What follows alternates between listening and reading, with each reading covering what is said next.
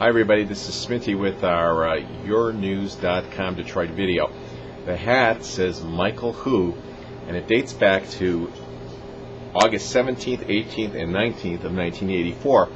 I was entertainment editor of the Free Press at the time and spent 3 nights seeing the Michael Jackson show at the Pontiac Silverdome. What an event that was, packed to the rafters 3 nights in a row. And the summer of '84 was the apex of Michael Jackson's career. Quite frankly, the moment I heard he was being carted off to the hospital on Thursday, it occurred to me that this might be the end. A few days ago, I had an item in the column about problems with the London show. And after seeing the video where he announced that show and promising it would be the last tour ever, there was an eerie atmosphere to it all. And sure enough, his life ended today, very sadly.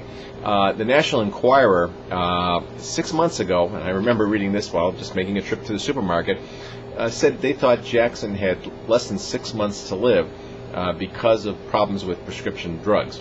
It'll be a while before the autopsy results are out, but it's quite clear that Michael Jackson died of probably unnatural causes, brought on by stress, perhaps by a broken heart, knowing that perhaps he was not destined to be the star he once was early on.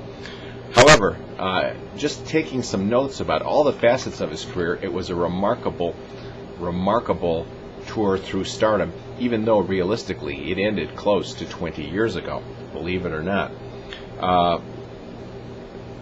First thoughts, of course, go to the family. Michael Jackson was married twice, once to the daughter of the king of rock and roll, Elvis Presley, Lisa Marie Presley. He had 2 children with Debbie Rowe, a nurse that he knew for a long time and who basically volunteered to bring forth a couple of his children. And then there was a 3rd child with an unidentified surrogate mother. It was amazing to watch the news coverage on the cable networks after his death. There were people who compared this to the death of President Kennedy. More than likely, it was very comparable, I think, to the death of Elvis Presley. Although in 1977, when Elvis passed away, there were no news networks, there were no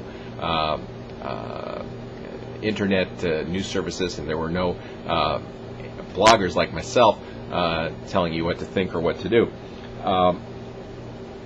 It has been almost 30 years since Jackson was a bona fide superstar, and his superstardom pretty much ended in the 80s when, quite frankly, his fans grew up and saw no need to buy his records again. This is a quite common thing, and you're seeing it right now with Britney Spears as she enters her late 20s. The fans who idolized her when she was a teenage star in 20 and 21 aren't there when you get to 30. In my mind, the only star who's been able to navigate that tricky path is Madonna.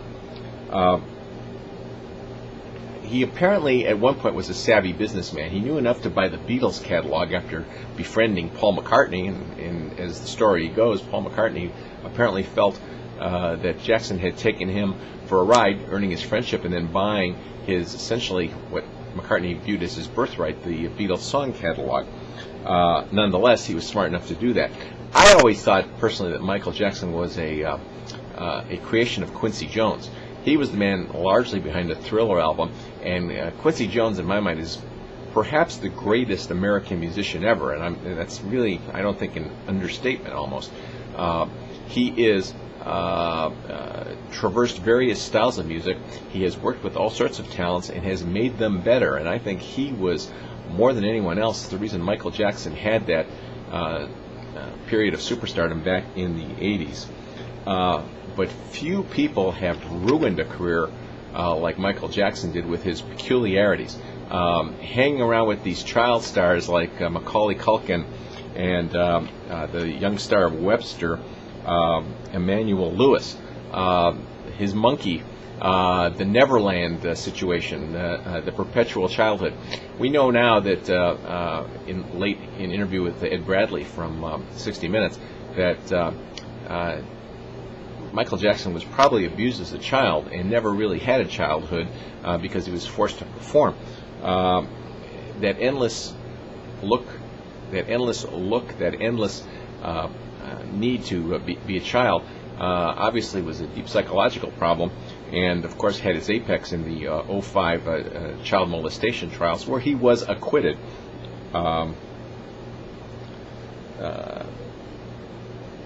I think in the end this may well be a bigger story in Europe, in Asia, and the Middle East, where his following stayed with him even as he aged. Anybody who's into American contemporary music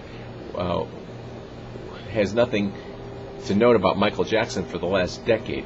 The comeback show that was scheduled for London struck me as an attempt to go after the lost glory by trying to recreate it.